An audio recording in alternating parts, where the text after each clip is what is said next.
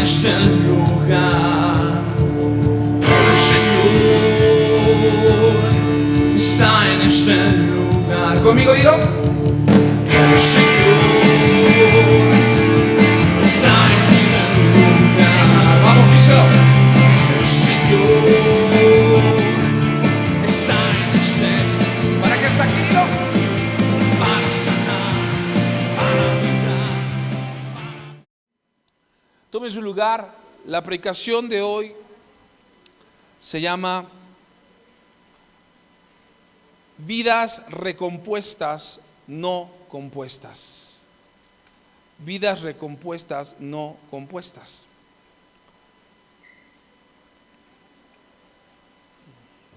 O podría ser al revés, vidas compuestas, no recompuestas.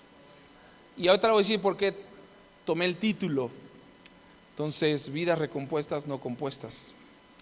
Bien, una de las cosas que el Señor, dice la Biblia, que Dios nos habló y nos ha hablado de muchas maneras, pero hoy principalmente nos habla por su palabra. ¿Cuántos dicen amén por eso? Y en la semana, todos los que tenemos una carcachita, un carrito, pues estamos propensos o vulnerables a que nos den un golpe o a pegarle al carro por alguna distracción. Y bueno, eso es algo que toda la gente les ha pasado.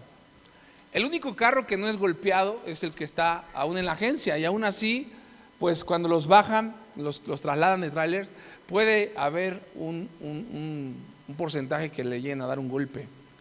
Pero todos los carros son vulnerables a los golpes, así que yo ya le había dado al mío, hace como 3 meses le di 4 meses ya, y el último se lo di hace como 2 semanas. Y se empiezan a ver feos, cuando uno no los repara, se empiezan a ver así todos despintados, empastados. Así que un hermano de la iglesia me pidió que si me podía arreglar el carro, y pues yo le dije que sí. Y cada uno de los mecánicos, los ojalateros, tienen su función. Cuando tú reparas un carro, un buen ojalatero normalmente te va a trabajar la pieza, va a tratar de sacar el golpe lo mayor posible, ¿no? Y sobre ese golpe va a tratar de pulirlo, de lijarlo.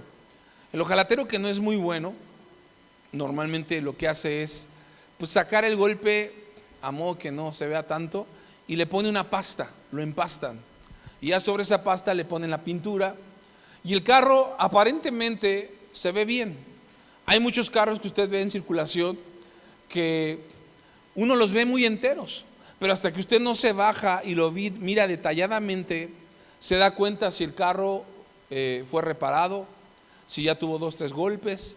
Y hay incluso partes de los carros donde las pastas se ven muy, muy, muy engrosadas, y pues se ven así como tortotas de pasta. Son trabajos muy mal hechos. Esos trabajos en los cuales mucha gente los lleva a los ojalateros, es un trabajo que en lugar de componerlo,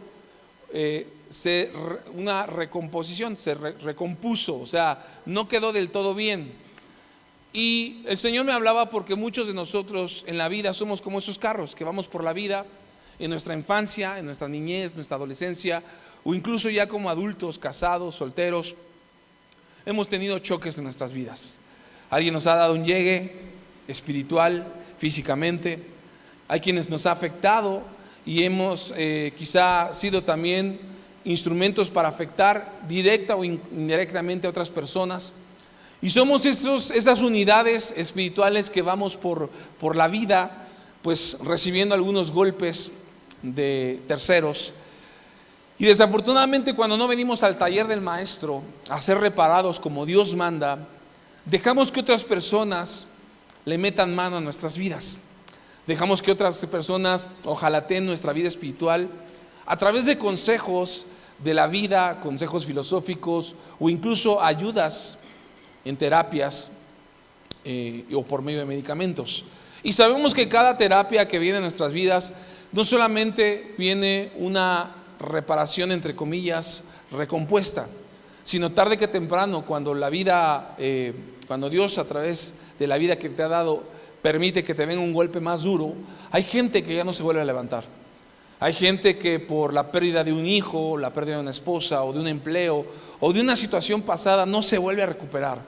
Y va por la vida pues chocado, enojado con todo el mundo y empieza a deteriorarse tanto espiritualmente como externamente. La gente se empieza a acabar, la gente hoy en día la enfermedad ha sido un parteaguas para la humanidad. La gente se enferma de todo, que si no es la presión, que si no es la diabetes, que el colesterol, que los triglicéridos, etcétera, etcétera. Nuestra vida alimenticia también es mala y nos ha llevado a que en lugar de componer nuestro cuerpo en espíritu, alma y cuerpo, valga la redundancia, haya solamente una recompuesta. O sea, como tratar de cubrir, de taparle el ojo al macho, como dicen en mi pueblo. Entonces, hoy quiero hablarles de una historia que viene en la Biblia. Quizá muchos la han leído, otros no. Viene oculta en la palabra de Dios. El Espíritu Santo siempre nos abre ese entendimiento. Pero yo quiero que aprendamos de un parteaguas por qué se desarrolla toda esta situación. Así que quiero que vaya conmigo al libro de Jueces. Amén. El libro de Jueces, en el Pentateuco, Génesis, Éxodo, Levítico, Números, Deuteronomio. Y después de Deuteronomio, ya no quiero echarle más ya estamos muy humados. Viene Josué y luego viene Jueces. Quiero que pongan mucha atención, voy a leerlo yo rápidamente. Jueces 1:1 dice: aconteció después de la muerte de Josué que los hijos de Israel consultaron a Jehová, diciendo: ¿quién de nosotros subirá primero a pelear contra los cananeos? Jehová respondió: Judá subirá, he aquí que yo he entregado la tierra en sus manos. Y Judá dijo: Simeón su hermano, sube conmigo al territorio que se me ha adjudicado y peleemos contra el cananeo, y yo también iré contigo al tuyo. Y Simeón fue con él.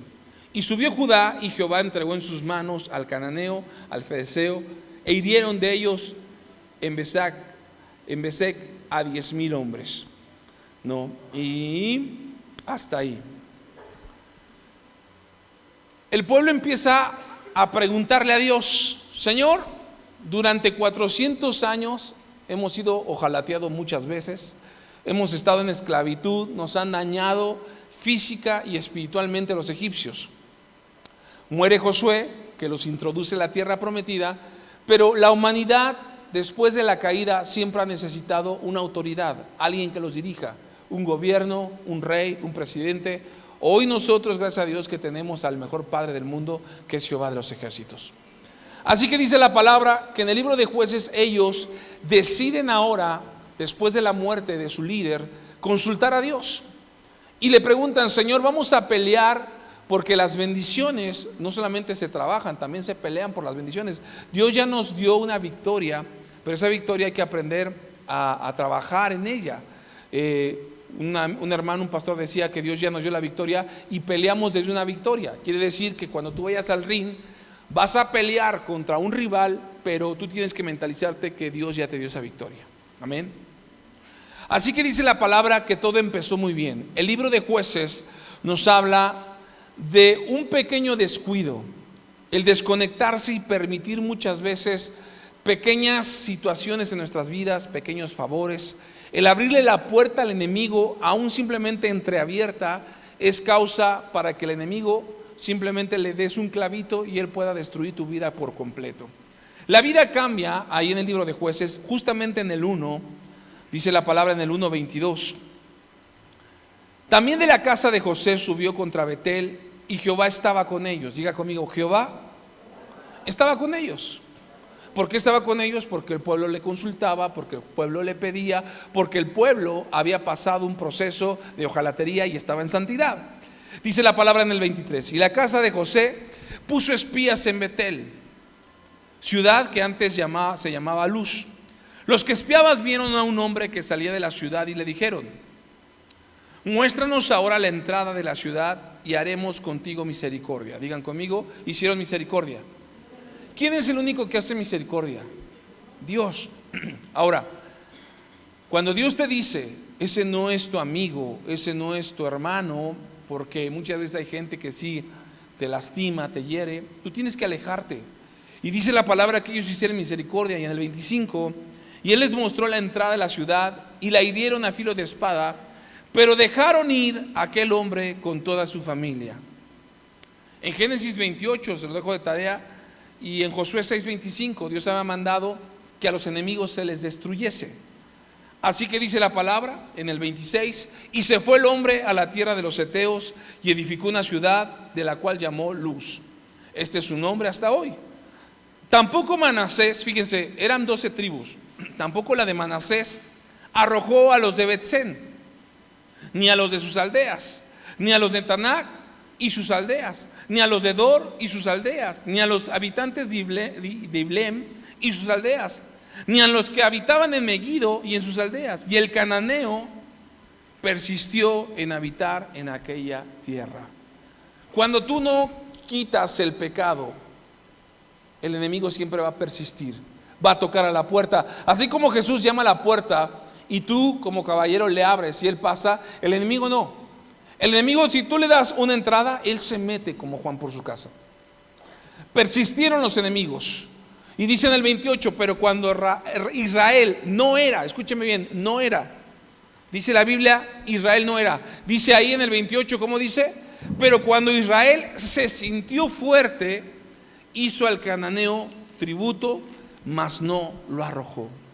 Hermanos, el pecado no lo podemos dominar. El pecado no lo podemos acariciar. El pecado no es como el perro que lo puedes tener en tu casa y nada más le das sus croquetas de vez en cuando. El pecado tiene que ser eliminado. Y para eso existe la sangre de Cristo. La sangre de Cristo tiene el poder de deshacer todo pecado, de deshacer. En el Antiguo Testamento el pecado se tapaba, pero en la cruz del Calvario Jesús desarraigó el pecado de la humanidad desde nuestros antepasados hasta la vida actual. Así que dice la palabra que el pueblo de Israel se sintió fuerte y entonces decidieron cobrarle impuestos, decidieron que pagara tributo el cananeo, no los arrojó.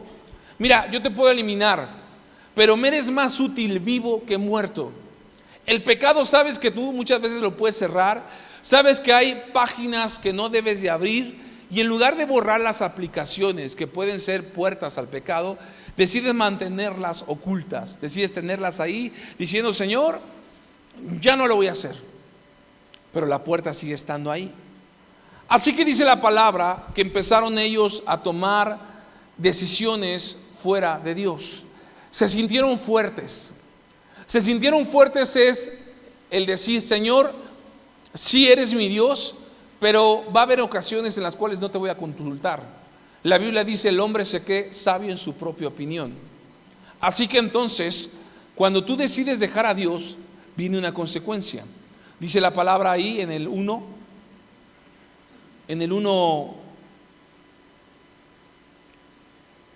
todas las tribus, Efraín, en el 29, en el 30, en el 31, en el 33 y en el 34, dice que tampoco Neftalí arrojó a los que habitaban en sus tiendas. Y dice en el 35, y el amorreo persistió en habitar en el monte de Eres, en Ajalo y Salabim, pero cuando la casa de José cobró fuerza, lo hizo tributario. Creo que apagaron las luces de este lado porque ya no tengo luz. Dice: y el límite del amorreo desde de la subida de Acarim, desde Sel hacia arriba. Dice en el 2, vaya conmigo a Jueces 2. Gracias. Jueces 2. El ángel de Jehová subió a Gilgal, Boquim, y dijo, fíjense lo que les dijo Dios: yo os saqué de Egipto y os introduje a la tierra de la cual había jurado a vuestros padres, diciendo: no invalidaré jamás mi pacto con vosotros, con tal que vosotros no hagáis pacto con los moradores de esta tierra, cuyos altares habéis de derribar, mas vosotros no habéis atendido a mi voz, porque habéis hecho esto. ¿Por qué Dios no quería que habitara el enemigo o el pecado con el pueblo? Porque el pueblo por naturaleza tiende a tolerar el pecado. Y lo que le duele a Dios en lo más profundo de su corazón es que la humanidad se entrega a la idolatría. ¿Qué es la idolatría? Todo lo que no busque el reino de Dios y su justicia. ¿Sí me está siguiendo? A mí me dolería mucho que mis hijos buscaran consejo en alguien más que no sea su padre. No digo que alguien no les pueda dar un buen consejo. No digo que Alfred o a lo mejor Ferrocha o alguien que ya pues tiene años de conocernos pueda darles un buen consejo a mis hijos. Pero me dolería mucho que ellos tomaran la prioridad de primero consultar a alguien más que a sus propios padres. Lo mismo pasa con Dios. Cuando el pueblo tolera la idolatría, eso a Dios le duele. Y Dios les dice: yo les dije que iba a hacer un pacto, pero que tenían que deshacerse de los ídolos. Los toleraron. Y dice la palabra en el 4 que cuando el ángel de Jehová había hablado estas palabras a todos los hijos de Israel, el pueblo alzó su voz y lloró, y llamaron el nombre de aquel lugar Boquim, y ofrecieron ahí sacrificios a Jehová. Lloró. Pastor, el pueblo se arrepintió. No, mis amados hermanos. El que tú llores, el que tú pidas perdón y sigas haciendo el mismo pecado, significa que o una de dos: o no has recibido el perdón de parte de Dios, o estás jugándole al cristianoide dominguero. Estás jugando a la gracia momentánea, y la gracia no es momentánea. La gracia Dios ya no las dio a los hijos para vivir en algún momento en la eternidad con Él. Entonces escúcheme bien, aquí viene un parteaguas de algo que vamos a ver muy trágico que se registra en la palabra de Dios. El pueblo lloró y aparentemente ofreció sacrificios, pero más adelante, si usted lee los versículos, nuevamente vuelve a la idolatría. ¿Por qué? Porque ya había una mezcla, porque ya se habían infiltrado con la gente que no tenían. Pastor, yo hoy en día me cuesta trabajo dejar la pornografía, porque todo el día estoy en una computadora, porque todo el día estoy en el celular, y es como una necesidad que tengo yo de abrir esas redes. Pastor, hoy en día me cuesta trabajo no tener una mirada lasciviosa, porque vivo cerca de la Merced y hay muchas chicas superpoderosas. Pastor, me cuesta trabajo dejar el alcohol, porque incluso a 2 cuadras de mi casa hay una cantina. Pastor, me cuesta trabajo muchas veces dejar el pecado. Pero el Señor te dice: tienes que eliminarlo de raíz, no puedes tolerarlo. Así que Dios, en su misericordia, a través de ver cómo el pueblo empezaba a descomponerse, y lo que ha pasado hasta el día de hoy, la humanidad se está descomponiendo. En la semana mi esposo y yo veíamos 2 niños, porque eso es lo que más nos pega, ver a los niños. Una niña aproximadamente de unos 11, 10 años. Y yo sé que a lo mejor muchos en su momento, por la cosquilla, se llegaron a hacer un arete aquí en la oreja, en la nariz, o el típico de todas las chamacas en el ombligo. Pero antes, cuando las mujeres se hacían una perforación en el ombligo, la traían ahí por siglos y la mamá nunca se enteraba, ¿no? Siempre traían las playeras bien hacia abajo, y ya cuando iban a la escuela se las subían, ¿no? Para que se les viera ahí el aretote. Pastor, mi mamá se dio cuenta cuando ya tenía 1 año, ya no me dijo nada, pero bueno, había más como temor. Nos llamó la atención unos papás, ya más o menos señores, con su hija de 11 años. Tenía un top, bueno, la niña ni siquiera estaba desarrollada de cuerpo, tenía un top súper hasta arriba, era un topcito, y tenía no solamente un arete, traía una racadota, hermanos. Y lo peor, que la niña pues estéticamente no estaba pues delgada. Entonces la racadota se veía con toda la lonjota de fuera, ¿no? Entonces, si no te llamaba la atención la racadota, pues era la lonjota salida de la niña de 11 años, que de ahí te das cuenta que ni siquiera una buena alimentación cuidaban los padres. Entonces, cuando nosotros vimos la racadota, no hombre, la niña se sentía soñada, y nos dimos cuenta que hoy en día los padres ya no han cuidado el corazón de los hijos. Tan es así que ahora que también fuimos a otro lugar, un niño de 5 años, 6 años, viendo videos de las princesas y no tiene nada. Pero cuando nos dimos cuenta que el niño traía una chamarra rosa, y que en lugar de traer carritos, traía 3 muñecas, traía a Elsa, traía a Ana y traía a Rapunzel, ¿no? Eran los juguetes de él. Y hoy en día mucha gente puede decir: bueno, yo como papá liberal del siglo XXI, puedo decirles que mi hijo nació en un cuerpo que no le correspondía. Porque yo me di cuenta que mi hijo desde pequeño empezó a agarrar muñecas. Desde pequeño le gustaba el rosa. Desde pequeño le gustaba ponerse las zapatillas de su mamá. Hermanos, hoy en día el pecado se ha tolerado, como viene en el libro de Jueces. Entonces a los niños no les queda otra que darle entrada al pecado que sus propios padres han permitido en la familia. Porque Dios nos dio una identidad, dice la Biblia, varón y hembra los creó el Señor. Y mientras tú hagas un papel como sacerdote, como papá, yo veo a mi hijo y yo soy el reflejo de la paternidad, de la varonilidad. Mi hija ve el reflejo de su mamá y ve pues el reflejo de una feminidad. Así que el libro de Jueces nos habla de cómo empezaron a darle sus lleguecitos a su corazón. Empezaron a descomponer y en lugar de componer hubo una recompostura. Dios les trae a jueces, digan conmigo jueces. Entre ellos estaba Gedeón, estaba Sansón, que eran como autoridades que Dios ponía para que el pueblo no se saltara las barbas. Hoy los jóvenes tienen autoridades llamados padres, hoy los matrimonios tienen autoridad llamado Dios, hoy los que trabajan en alguna empresa tienen autoridad que se llaman jefes, y Dios ha sujetado la humanidad bajo una autoridad. Pero a través de estas autoridades el hombre corrompió más su corazón porque no tuvo el deseo de obedecer a Dios. Así que hoy vamos a ver la historia y el desenlace donde vamos a trabajar poco a poco. Yo creo que esta predicación la vamos a hacer en dos partes porque es escalofriante y es de alto impacto lo que vamos a leer hoy. Vamos al libro de Jueces, ya de los últimos capítulos, y quiero que ponga atención. Ya son los últimos capítulos del libro de Jueces y quiero que usted se dé cuenta de cómo termina. Vaya a Jueces 20.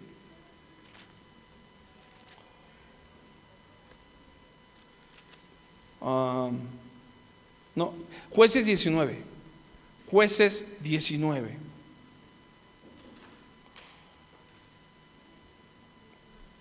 Voy a leerlo, ponga mucha atención.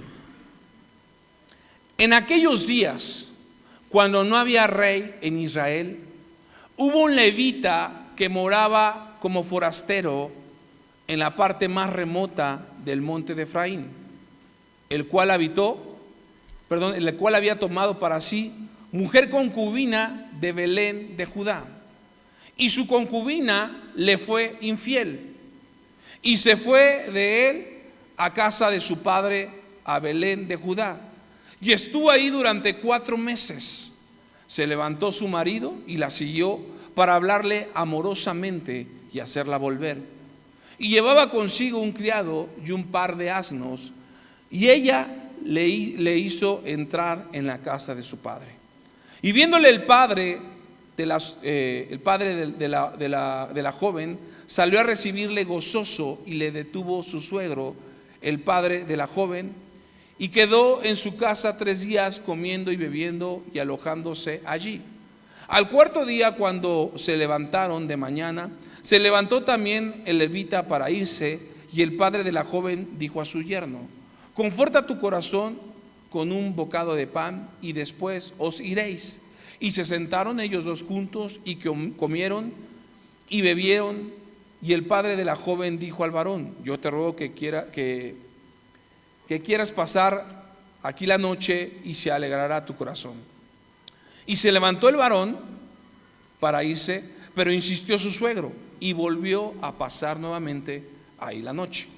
Al 5.º día, levantándose de mañana para irse, le dijo el padre de la joven: conforta ahora tu corazón y aguarda hasta que decline el día. Y comieron ambos juntos. Luego se levantó el varón para irse, él y su concubina y su criado. Entonces su suegro, el padre de la joven, le dijo: he aquí, ya el día declina para anochecer, te ruego que te pases aquí la noche, y aquí que el día se acaba. Duerme aquí para que se alegre tu corazón, y mañana os levantéis temprano a vuestro camino y te irás a tu casa. Hasta ahí nada más. No lo lea, hasta ahí nada más quédese. Usted puede asemejar la vida de este varón a un profeta que viene en la Biblia, el profeta Amós, que se casó con una ramera, con una prostituta. Ahora bien, ¿qué era? No, era el profeta Oseas. Sí, Amós no, era el profeta Oseas, exacto. Oseas, era medio fresa, Oseas. Este no era un profeta, digan conmigo, este era un levita. ¿Qué era un levita? Era un personaje de la tribu de Leví, de las 12 tribus, que estaba puesto para servir, más bien para el servicio del templo. O sea, ellos dedicaban su vida al tabernáculo. Ese era un levita. Eran 12 tribus, y desde esas 12 tribus nace la tribu de Leví, como si fuera este Leví un pastor que se dedicaba a limpiar el templo, a cuidarlo, a ser un sacerdote. Este cuate era un levita, no levitaba, levita. Y entonces dice la palabra que tenía una concubina. Digan conmigo, concubina. No era una esposa.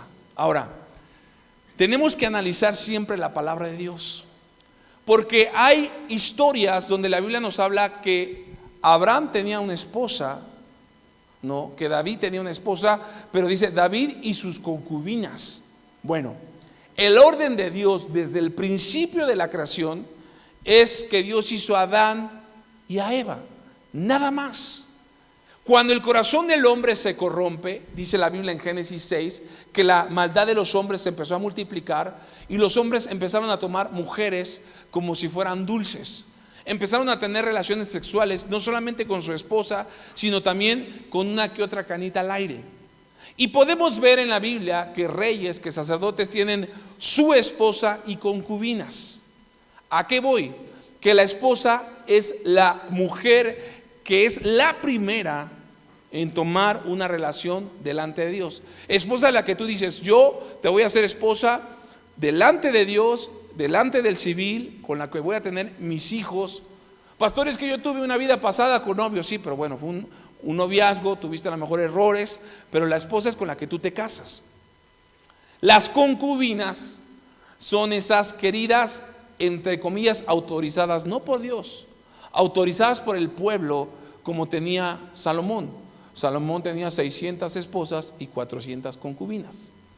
Para Salomón eran 600, que eran una, y las que eran las queridas eran 400. Ese cuate estaba pero bien, era muy sabio, pero estaba bien jariondo y bien torcido, ¿no? Entonces la Biblia nos habla que una concubina es aquella que no tiene el derecho como tal. ¿A qué voy? La Biblia nos habla de un hombre llamado Booz, que cuando se casaba a alguien, por ejemplo, si yo me caso con mi esposa Carla y tengo, Dios no lo quiera, 3 concubinas, delante de Dios yo tengo que dejarle mi herencia a Camila y Baruch, porque Camila es mi primogénita. Y vienen las demás concubinas y vienen legalmente aquí a hacer juicio. Bueno, para Dios la importante y la primera es la esposa. Las concubinas ya no tenían derecho. Sí podían ser las queridas por el rey, sí podían ser las queridas por los reyes, por cualquier personaje de la Biblia, pero no tenían delante de Dios el mismo valor y el mismo peso. Ahora, notemos que aquí dice la palabra que en aquellos días, cuando no había rey en Israel, hubo un levita. Un levita, un hombre que tomó para sí una concubina, pero tampoco la Biblia nos habla que tenía una esposa. Entonces, si dice concubina, es que a lo mejor puede ser que tuvo una esposa y que esa esposa a lo mejor murió y después conoció a esta jovencita. En una versión, aquí en versión Reina Valera, nos dice que esta mujer concubina de Belén se fue y le fue, ¿qué dice ahí? Le fue infiel. En la versión Dios habla hoy y en la versión al día, dice la palabra aquí en el 2. Pero un día la concubina se enojó con el levita y se regresó a la casa de su papá en Belén. Reina Valera dice que lo engañó, pero otras versiones dicen que se enojó. Pastor, es que no es lo mismo adulterar que enojarte. Bueno, es que mira, cuando tú te enojas y no estás en paz en tu matrimonio, cuando las cosas en tu matrimonio a lo mejor nada más le das una repintada, le das una rezanada, el pecado sigue estando ahí. No, pero ya nos solucionamos, ya estamos bien, ¿no, mi amor? Y ella así de, más o menos. Bueno, si ese problema que tú tienes en matrimonio no lo llevas delante de Dios para que Él te ojalatee bien el corazón tuyo y el de tu esposa, el próximo golpe hoy en día puede ser fatal. En este año 2024 fue donde más problemas matrimoniales hubo, no solamente aquí en la iglesia. Hicimos un censo con varios pastores Y casi el 70% de todos los matrimonios de todas las iglesias, de los amigos que conocemos pastores, sus matrimonios tuvieron problemas. De ese 70%, el 30% ya se divorció. Escúcheme bien, la pandemia trajo más muertes físicas, pero después de la pandemia han habido más muertes espirituales. ¿Sí me está siguiendo? O sea, el enemigo sigue haciendo su trabajo. La situación está muy difícil. Tú puedes decir, ay pastor, le está hablando a los esposos, yo soy soltero. Espérame, porque a lo mejor tú también ya no estás como esta paleta Tupsi, ¿no? Envuelta. Tú ya hasta se te ve el centro chicloso, hermano, de tantas chupadas que ya te dieron. ¿Sí me estás siguiendo? Ahora bien, porque los padres lo han permitido. Yo quiero que analicemos juntos, porque vamos a ver el desenlace de esa historia que es trágica. O sea, tú has visto cosas en la Biblia trágicas. Quizá una de las cosas más trágicas es que hubo un momento donde las mujeres tenían hambre y tuvieron que comerse a sus hijos, a ese grado. Pero lo que vamos a ver en esta historia es algo muy trágico. Y lo voy a leer, pero la próxima semana vamos a seguir desmenuzándolo para que usted se asombre, para que atrape, la palabra atrape. Vamos a leer el 19, el 10 hasta el 21. Póngame mucha atención. Dice el 10: por la quinta vez, mas el hombre ahora sí le dijo al suegro, no quiso pasar la noche, sino que se levantó y se fue. Y llegó hasta enfrente de Jebús, que es Jerusalén, con su par de asnos ensillados y su concubina. Dice en el 11: y estando ya juntos en Jebús, el día había declinado mucho, y dijo el criado a su señor: ven ahora y vamos a esta ciudad de los jebuseos para que pasemos ahí la noche. Y su señor le respondió: no iremos a ninguna ciudad de extranjeros que no sea de los hijos de Israel, sino que pasaremos hasta Gaba. Y dijo a su criado: ven y sigamos hasta uno de esos lugares para pasar la noche en Gaba o en Ramá. Pasando pues, caminaron, y se les puso el sol junto a Gaba, que era la tribu de Benjamín. Dice el 15: y se apartaron del camino para entrar y pasar ahí la noche en Gaba, y entrando se sentaron en la plaza de la ciudad, porque no hubo quien les acogiese en casa para pasar la noche. He aquí un hombre viejo que venía del trabajo del campo al anochecer, el cual era del monte de Efraín, moraba como forastero en Gaba. Pero los moradores de aquel lugar eran hijos de Benjamín. Y alzando el viejo los ojos, vio a aquel caminante en la plaza de la ciudad, y le dijo: ¿a dónde vas y de dónde vienes? Él respondió: pasamos de Belén de Judá a la parte más remota del monte de Efraín, de donde soy. Y había ido a Belén de Judá, mas ahora voy a la casa de Jehová, y no hay quien me reciba en casa. Le dijo el forastero: nosotros tenemos paja y forraje dijo el levita, para nuestros asnos, y también tenemos pan y vino para mí y para tu sierva, y para el criado que está con tu siervo no nos hace falta nada. El hombre alzano le dijo: pase contigo tu necesidad, toda quede solamente a mi cargo, con tal que no pases la noche en la plaza. Y los trajo a su casa y dio de comer a sus asnos y lavó los pies, y comieron y bebieron. Vamos a seguir leyendo porque aquí viene la parte más fuerte. Pero cuando estaban gozosos, he aquí que los hombres de aquella ciudad, hombres perversos, rodearon la casa golpeando la puerta, y hablaron al anciano, dueño de la casa, diciendo: saca al hombre que ha entrado en tu casa para que lo conozcamos. Traducción: para que tengamos relaciones sexuales con él. Y salió a ellos el dueño de la casa, el anciano, el forastero, y les dijo: no, hermanos míos, os ruego que no cometáis este mal. Ya que este hombre ha entrado en mi casa, no hagas esta maldad. He aquí mi hija virgen y la concubina de él. Yo las sacaré ahora, humilladlas y haced con ellas como os parezca, y no hagáis a este hombre cosa tan infame. Mas aquellos hombres no le quisieron oír, por lo que tomando aquel hombre a su concubina, la sacó, y entraron a ella y abusaron de ella toda la noche hasta la mañana, y la dejaron cuando apuntaba el alba. Dice el 26: y cuando ya amanecía, vino la mujer y cayó delante de la puerta de la casa de aquel hombre donde su señor estaba, hasta que fue de día. Y se levantó por la mañana su señor, y abrió la puerta de la casa, y salió para para seguir su camino. He aquí la mujer, su concubina, estaba tendida delante de la puerta de la casa con las manos sobre el umbral. Él le dijo: levántate y vámonos. Pero ella no respondió. Entonces la levantó el varón y echándola sobre su asno se levantó y se fue a su lugar. Llegando a su casa, tomó un cuchillo y echó en mano de su concubina y la partió por sus huesos en 12 partes y la envió por todo el territorio de Israel. Y todo el que veía aquello decía: jamás se ha hecho ni se ha visto tal cosa desde el tiempo que los hijos de Israel subieran de la tierra de Egipto hasta hoy. Considerad esto y tomad consejo y hablad. Esto es algo sanguinario. Un hombre de Dios, un hombre levita. Usted ya está empezando a sacar conclusiones y eso es lo que vamos a analizar hoy.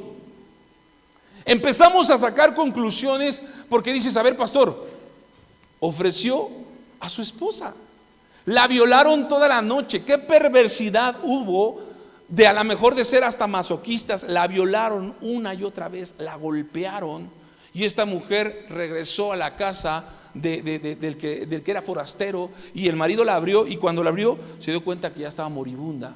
Cuando se la sube ya iba muerta. Entonces él, imagínese, usted póngase en esa mente qué pasa por la cabeza para que el marido agarre a la esposa y la destace en 12 partes. Yo me imaginaba que las 12 partes es: la cabeza se la cortó, del ombligo para acá se lo cortó, las manos se la cortó, las piernas de aquí se las cortó, de aquí igual los pies. ¿Por qué 12 partes? Porque representaba las 12 tribus de Israel. Y mandó a una tribu una cabeza, a otra tribu mandó el mano, a otra le mandó el tronco. Usted ha de pensar: pastor, ¿qué estaba pasando con el pueblo? ¿Hasta qué punto llega a ser la gente tan sanguinaria? Si es una historia muy feliz, todo empieza muy bien, donde sí dice la Biblia, donde no había rey, no había Dios, y nos habla de un levita, la cual no sabemos si se disgustó con la esposa o si la esposa, literalmente dice la palabra, que terminó siendo el infiel. Y cuando terminó siendo infiel, escúcheme bien, los problemas, hermano, hoy en día la gente los trata de tapar, no los resuelve. Porque usted puede decir: pastor, 10 años con la misma mujer, 20 años y son los mismos problemas, las finanzas, su carácter. Pero cuando tú no llevas los problemas delante del Señor, hermano, esto nos va a afectar en un futuro. Y dice la palabra que esta mujer dijo: ¿sabes qué? Yo no estoy para aguantarte. Nos enojamos o a lo mejor hasta te engañé, yo me voy con mi padre. Y vamos a analizar un poquito, fíjense, todos los problemas que vienen. Anote esto: la ruina de los hijos se debe muchas veces a la de la facilidad en perdonar o tolerar los errores y disimular las culpas de los hijos. Bueno, no lo anote todo, como usted lo entienda. Y se les concede gracia de parte de los padres. Nuevamente, la ruina de los hijos se debe muchas veces a la facilidad en perdonar o en tolerar los errores de los hijos. Pastor, es que yo amo a mi hijo. Gloria a Dios. Hermanos, yo también tengo 2 hijos y no tiene idea cómo los amo bestialmente a mis hijos. Pero nuestra humanidad, si nuestro amor no viene filtrado por el Espíritu Santo, vamos a hacerle daño a nuestros hijos. El amor fuera de Dios hace daño. El que no da amor a sus hijos hace daño. Por eso necesitamos pasarlo por el filtro llamado Espíritu Santo, para que Dios nos diga cuándo sí, cuándo no, hasta qué punto tolerar, hasta qué punto no, hasta qué punto permitir y hasta qué punto no. Porque muchas veces los padres nos sentimos culpables por ciertas situaciones que nuestros hijos viven. Así que dice la palabra que el padre, cuando vio a la hija, lo primero que dijo: hija, si el marido no te quiere, no te preocupes, aquí tienes casa. Y gloria a Dios, mi hija sabe que por 2 razones yo siempre les voy a abrir las puertas de mi casa a mi hija: porque el marido me la maltrate verbalmente y porque el marido me la maltrate físicamente. Yo no voy a permitir que nadie le ponga la mano encima a mi hija. Nadie. Si ella lo permite, ya será su problema. Pero si el día de mañana ella me dice, papá, me peleé con fulanito, con Gonzalo, como se llame su futuro, me peleé con fulano, ¿me das paz? ¿Me das posada? Yo le voy a decir, no, ve y reconcíliate con tu marido. No, pastor, papá, es que tú no lo conoces. No. Usted se casó, ya se amoló. Vamos y regrésese con su marido. Pero es que no trabaja. Órele al Señor y mire, mientras no le faltó respeto ni físicamente ni verbalmente, vaya y reconcíliese con su marido. Y dice la palabra que el padre le permitió a la hija estar ¿por cuánto tiempo? 4 meses. El levita meditaba, caminaba y todavía no existía el profeta Oseas. Y decía, es que yo la amo. Si tiene una concubina es porque a lo mejor tuvo una esposa que la amó mucho, que era un hombre que realmente estaba comprometido hasta un punto con Dios. Y dijo, pues es que yo sí la amo, pero podría perdonarle incluso una infidelidad. Así que voy a ir y voy a ir a buscarla. Voy a ir a buscarla y decirle, te amo. Y dice la palabra que en el 3 se levantó el marido y la siguió para hablarle amorosamente y hacerle volver. Amorosamente es que sí había un sentimiento de cariño. Y entonces cuando lo ve el suegro, dice en el 4, y viéndole el padre de la joven, salió a recibirle gozoso y le detuvo su suegro. Y el padre de la joven se quedó en su casa 3 días comiendo y bebiendo y alojándose allí. Escúcheme bien, ahí no vemos nada malo. No, el suegro lo invitó, comió. El levita fue a buscarla. El amor triunfó en él sobre el resentimiento y sobre toda molestia necesaria para hablarle al corazón y hacerla volver. Una de las cosas que nos cuesta trabajo para perdonar es que la mayoría somos resentidos. La mayoría tenemos muchas veces un corazón soberbio. Quizá hubo un arrepentimiento de la mujer. Quizá ella en su corazón dijo, mira, creo que no tenía que haberlo hecho, creo que nos enojamos de más, creo que sí te engañé una vez y yo te pido que me perdones. Así que dice la palabra que el padre lo retuvo por 3 días para ver si estaba perfectamente, escúchame bien, reconciliado con ella. Otra vez, no está mal. Aquí vemos un papá, vemos a la hija y vemos al yerno. Cuando tú veas una situación, papás, date la oportunidad de conocer al novio o al novia de tu hija. Pastor, es que no lo aguanto, es que el tipo no quiere nada con Dios. Date la oportunidad. Porque si tu hijo o tu hija se aferran a esa relación, tú tienes que de alguna manera hacer ese estorbo, esa piedra de tropiezo. Dice que el papá lo retuvo, dijo, ¿y qué tal si le pega a mi hija? No, quédate a ver, vente Juancho, vamos a echarnos unas y vamos a ver una película.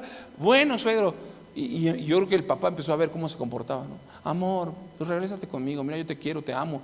Y entonces el papá lo vio un día, 2 días. Bueno, suegro, ya me voy.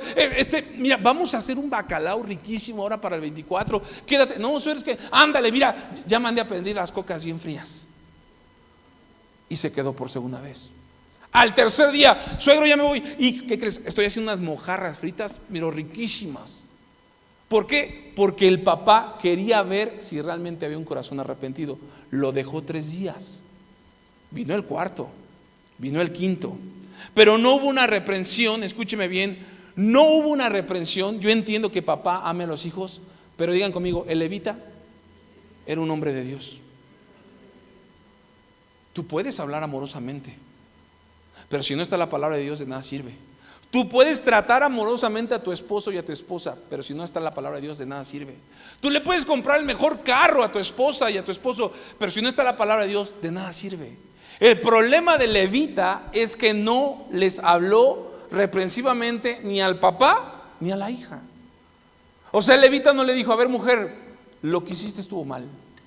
A ver suegro, ¿por qué permitió que su hija se viniera y estuviera 4 meses? Yo pensé que usted iba a hablar con ella y decirle, no mujer, regrésate a tu casa. Tuve que esperar 4 meses para venir suegro. Mire, vemos un suegro alcahuete hasta un punto. Se llamaba la hija. Pero digan conmigo, un suegro ocioso. Porque no sabía que el suegro hacía otra cosa. Se la vivía día y noche, comamos, bebamos, durmamos. Comamos, bebamos, durmamos. Yo espero, escúcheme bien, papás que tienen hijos, que no tenga hijos ociosos. Pero ya terminó la escuela, pero está enfermo, pero está enferma, pero no encuentra trabajo. No importa, no, en este siglo, en estas alturas del partido, no podemos tener a nuestros hijos de ociosos. Ay, mamá, pero es que estoy bien cansada, es que me duele la cabeza, no me importa. Te vas a hacer ejercicio, te vas a vender Mary Kay, te vas a vender lo que tú quieras, pero te pones a hacer algo. Es que yo estudio, es que el que estudie no aporta nada a la casa, eso es para ellos. Te pones a hacer algo, a lavar el carro, pero ¿por qué tu carro siguió? Porque te subes en él. Sí, pero no me los prestas. Pues sí que te llevo, no te vas en camión. ¿Sí me estás siguiendo? Es que somos tolerantes, mis amados hermanos. Dice la palabra que entonces él no tuvo una reprensión hacia ellos por la actitud de la hija. No le dijo, oiga, suegro, su hija la regó, ¿usted también no habló con ella? El matrimonio feliz en un recompuesto matrimonial. Estaban felices. Al quinto día dijo, suegro, ya me voy. Le habían puesto tanta pasta al matrimonio que se veía todo muy bien hasta que salieron de la casa del suegro. Ceder a las comodidades o a la ociosidad, escúcheme bien, es señal de que una persona tiene poco que hacer o muy pocas ganas de hacer lo que debe. Otra vez, ceder a las comodidades o a la ociosidad es señal de que una persona tiene poco que hacer o muy pocas ganas de hacer lo que debe. ¿Por qué los hijos se tienen que casar? Para que no estén de ociosos. Ya se casaron, ahora tengan hijos. No, ahorita no, en unos 20 años no pensamos tener hijos. Es que, hermanos, Dios hizo un plan perfecto. Hizo a Adán y a Eva para que fuera un matrimonio de una sola mujer, de un solo marido. Y dice, dijo, multiplicaos, sojuzgad, llenen la tierra.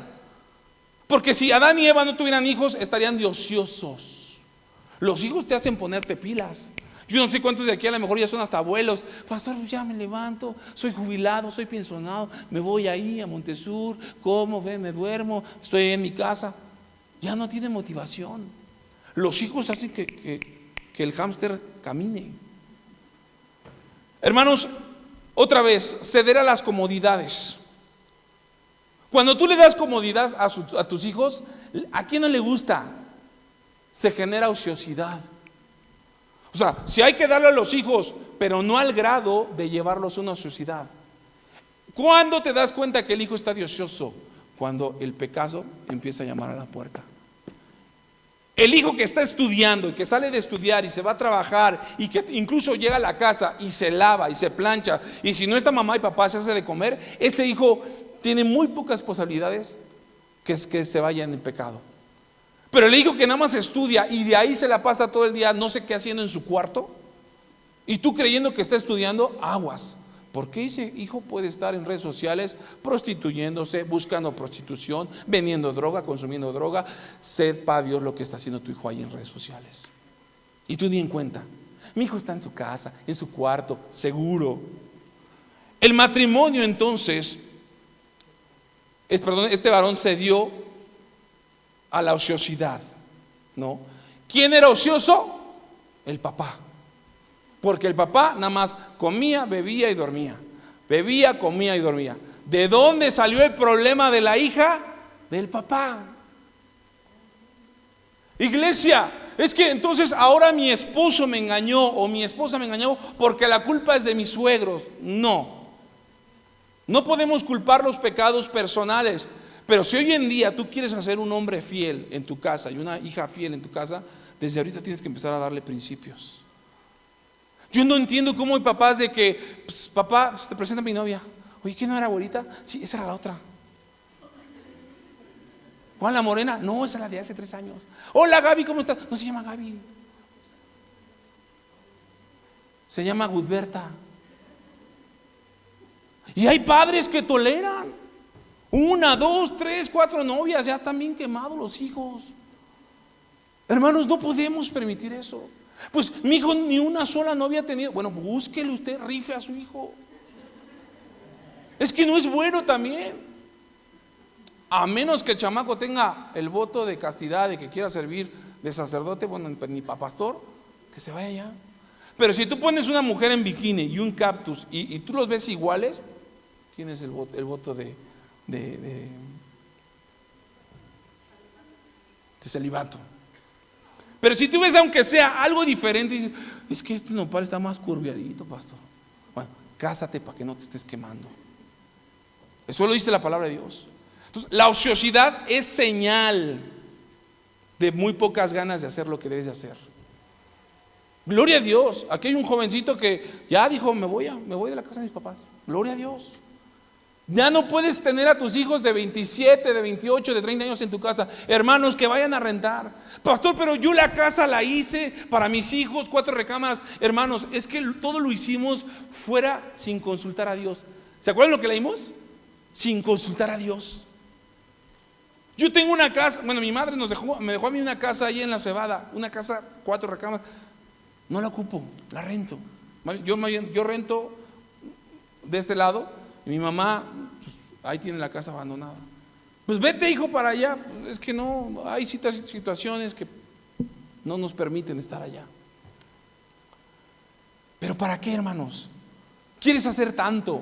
Hazlo para tu vejez. Sí, para tu vejez haz todo lo que tú quieras. Pero no quieres hacer algo para los hijos. Es que quiero dejarle a mis hijos, porque si tú no les dejas a Dios, que ellos consulten a Dios, se van a equivocar. Hermanos, van a echar a perder tu trabajo, tu empresa, tu vida. Y ahora vas a terminar tú siendo papá de nietos. ¿Sí me estás siguiendo? Entonces ponga mucha atención, porque todo este desenlace dice uno, bueno, ¿qué llevó a que un hombre de Dios, amara a su esposa y luego la tasajeara, la cortara en pedazos? Todo tiene un porqué. La Biblia nos registra esta parte tan sanguinaria, porque entonces dice la palabra en 19:22. Vamos a ir más adelantito. Bueno, no, espérenme. Dice en el 10: mas el hombre no quiso pasar ahí la noche, sino que se levantó y se fue y llegó hasta Éfrate de Jebus, que es Jerusalén, con su par de asnos ensillados y su concubina. ¿Cuándo se fue el levita? Hasta el 5.º día. ¿Mande? Hasta el 5.º día. ¿Sabe por qué se fue? Porque le dijo, suegro, yo tengo mi casa. El problema es que a veces también los papás, los suegros, no piensan en el daño que no solamente le hacen a los hijos, sino a la nuera y a los nietos. El suegro le dijo en la mañana, fíjense, todavía dice ahí en el 9, quédate a comer. Suegro, es que ya me quedé lunes, martes, ya miércoles, jueves. Suegro, ya, nada más quédate a comer. Bueno, se quedó a comer y se fue en la tarde. Se expuso para llegar ahí. No llegó al punto, no llegó a Jerusalén. Se quedó ahí en Tepito, en la plaza de Tepito. Él confiaba en Dios. Pero iglesia, muchas veces exponemos a nuestros hijos porque no les avisamos a temprana edad. Si el suegro le hubiera dicho desde temprano, fíjese, si hubiera ido desde temprano, hubiera llegado temprano a Jerusalén. No se tenía que haber quedado en ninguna plaza. Pero el suegro quiso como de alguna manera retenerlo. Nada más desayuna, come y dice la palabra, mas el hombre no quiso pasar ahí la noche. O sea que el suegro lo retuvo hasta la noche. Dijo, mi suegro no me va a dejar ir, así que me voy ya en la noche. Iglesia, papás, yo sí veo que los hijos, no quiero ser religioso y decir los hijos no tienen derecho a irse a lo mejor un día a tomarse un café o un helado con los amigos, pero hay horarios. Nuestros papás, si llegamos a la 1, 2 de la mañana, nos cerraban por dentro de la puerta y ya no pasábamos. Ay, pastor, pero ¿cómo voy a dejar a mi hija afuera si mi bebé llega a las 4:30 de la mañana? ¿Qué le pasa? Hermano, 4:30 de la mañana, los antros a todos general, a las 3 los cierran. Bueno, es que nos pasamos a casa de la Tiffany ahí. No se pasaron a leer la Biblia, no se pasaron a platicar, se pasaron a tomar, a hacer cosas que no se debe de hacer, a exponerse allá afuera.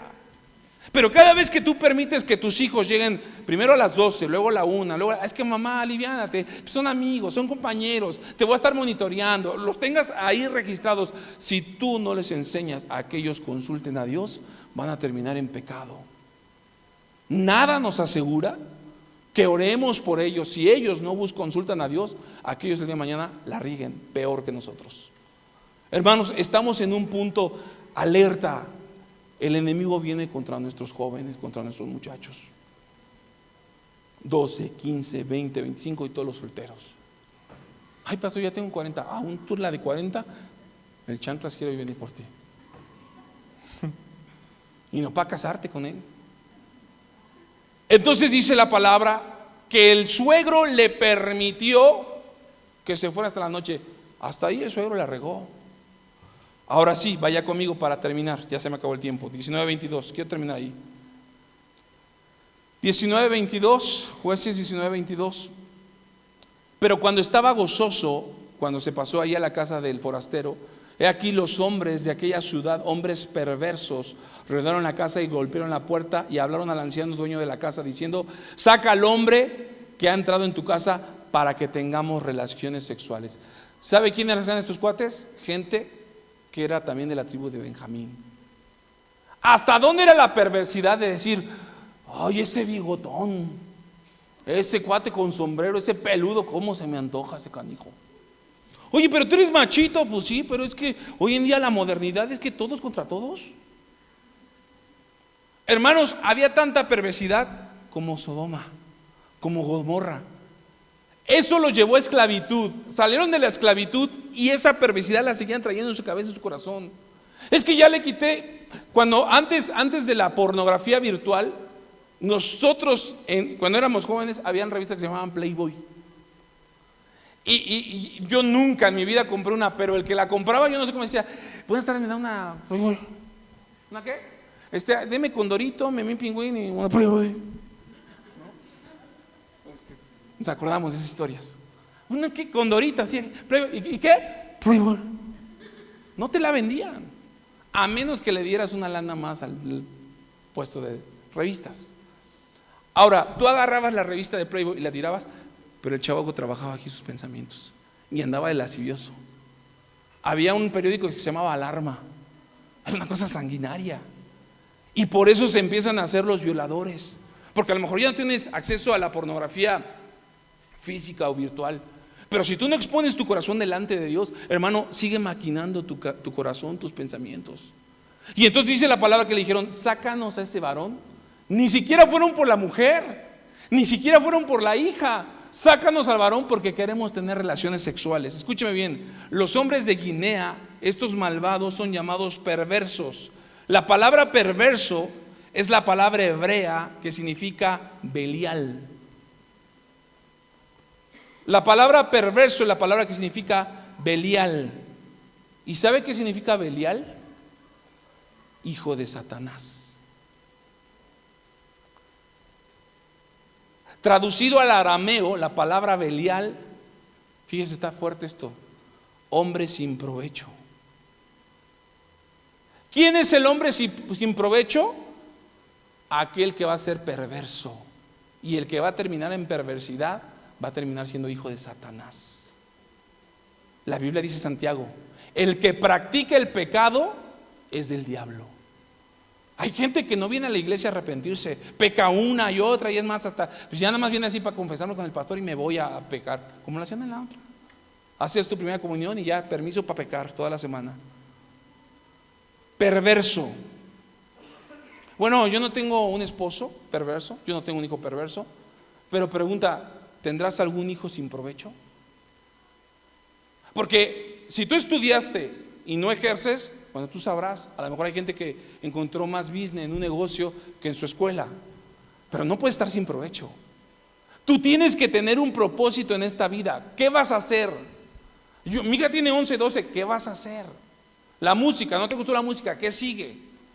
Hermanos, es que yo les proveo a mis hijos y que Dios les diga: no, espérame, pero si tú no te sientas y haces un devocional con ellos y oras y te vas a sentar, pero ¿por qué, papá? Tengo cosas que hacer. Porque en esta casa está el temor de Dios y te voy a enseñar a buscar de Dios, a que preguntes a Él, a que le preguntes si realmente lo que estás haciendo está bien. Porque el hombre sin provecho es un perverso. Otra vez, el perverso es un hombre sin provecho. Hay una línea tan delgada en el que se está rascando la panza, así de: sabrosa. ¿Por qué le dijo sabrosa? Porque primero estuvo sin provecho. Porque para decirle sabrosa no tuvo nada que hacer. Como los que no vienen en el tianguis. ¿Qué le vamos a dar? Mi reina sabrosa chiquita. ¿Te avientan toda la mafufada en el mercado? Yo por eso, de verdad, varones, yo respeto sus ideas. Yo a mi esposa no la mando al mercado. Porque ahí le dicen hasta lo que no le digo yo. Y si voy con ella, yo creo que me trueno al carnicero y al pescadero y al verdulero. Yo tengo que cuidar a mi esposa de las perversidades de allá afuera. ¿Sí me está siguiendo? Esa es mi responsabilidad. Pues que la cuide el Señor, que, ay Señor, ahí te la encargo, mándale un mayabé que les acampen alrededor de ella. Pues sí, pero escúchame bien, tú tienes que tener cuidado. Si Dios te da la oportunidad de estar con tu esposa y con tu esposo juntos, traten lo más de no de separarse. Perverso significa hombre sin provecho, y el significado es Belial, hijo del diablo. De hecho, este es un demonio, Belial. Una persona sin provecho es una persona libertina, ingobernable. Otra vez, libertina, ingobernable. La culpa no era tuya, el violador fuiste tú. Bueno, todas esas disque feministas hijas del diablo son libertinas, ingobernables.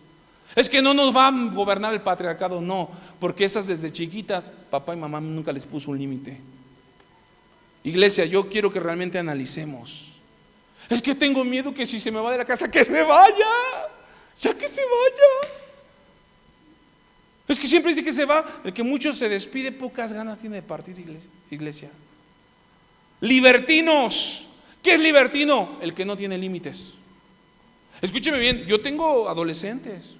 Baruch, ay, que otra vez papá, sí, otra vez. Y me vuelves a decir y te reviento un cachetado. Hay veces que los padres nos cansamos, ya ni le digas nada, no, dile, porque nos cansamos ya. Mujer, ¿para qué ya le dije, cada que hablo con ella tengo problemas, gloria a Dios. Es que llegamos a un punto donde los papás nos hartamos del tráfico, del trabajo, de lidiar con la gente, con todo, y todo va a llegar y lidiar con tu familia, pues es lo primero que Dios te dio. Porque ahí está el reino de Dios y su justicia. Lo demás va a venir por añadidura. Pero das tu mejor tiempo a los demás y a tus hijos, ya ni siquiera quieres, no te estoy diciendo que pelees, pero tienes que hablar con ellos, sentarte y decir, es que aunque me hagas los ojos así, de visca pedorra, ahí, no me importa, y veme a la cara. Iglesia, es que hoy en día hay libertinos ingobernables. Hoy en día la gente, sí, hay un medio de protección por el celular, pero el oficial te levanta, permítame oficial, lo estoy grabando, a ver dígame. Licencia, ¿por qué? Porque mi derecho, artículo 13. Está bien que te defiendas, pero ya permítame, soy influencer, tengo 32 seguidores. Todo, iglesia, todo lo quieren canalizar, todo lo quieren informar, que te estás aquí tomando y todos ahí en tu estado, acá con el chocolate. ¿Qué me importa? ¿Estás haciendo algo para Dios? ¿Estás buscando su reino y su justicia? Perdón. En Silo, donde se dio este problema, ¿qué cree? En Silo tenían el arca de Dios, pero en la calle tenían a Sodoma y Gomorra. Por fuera nos vemos con la santidad, pero por dentro tenemos el corazón del chanclas. Pónganse de pie, vamos a despedirnos. No termino, iglesia. La próxima semana yo quiero que analicemos lo que pasa. Hermanos en YouTube, esta es la primera parte, todavía no me despido, nada más la primera parte. La segunda parte, para que la analicemos el próximo domingo, el cuate va y manda pedazos de cabeza, pedazos de brazo a las tribus. Se arma una revuelta sanguinaria donde 20,000, 18,000 israelitas, diferentes tribus pierden la vida. Se hace una guerra, algo sanguinario, donde vemos que la tribu de Israel consulta a Dios y le dice vayan, y pierden. Y la tribu de Israel dice, vamos, peleamos, vayan, y vuelven a perder. Bueno, Señor, ¿qué está pasando? ¿Me estás cotorreando? ¿Qué pasa cuando Dios no me responde? ¿Qué pasa cuando Dios no trae respuesta a mi vida? ¿Qué pasa cuando el pecado me sigue afectando? Lo vamos a ver el próximo domingo, hermanos. ¿Qué pasa cuando el hombre realmente no dignifica a su esposa y la esposa no dignifica al marido? Lo vamos a ver. Yo le dejo de tarea que lea este libro, que hay partes que le va a entender, hay partes que no, pero gracias a Dios porque el Espíritu Santo nos da entendimiento. Hermanos, en YouTube, Dios les bendiga.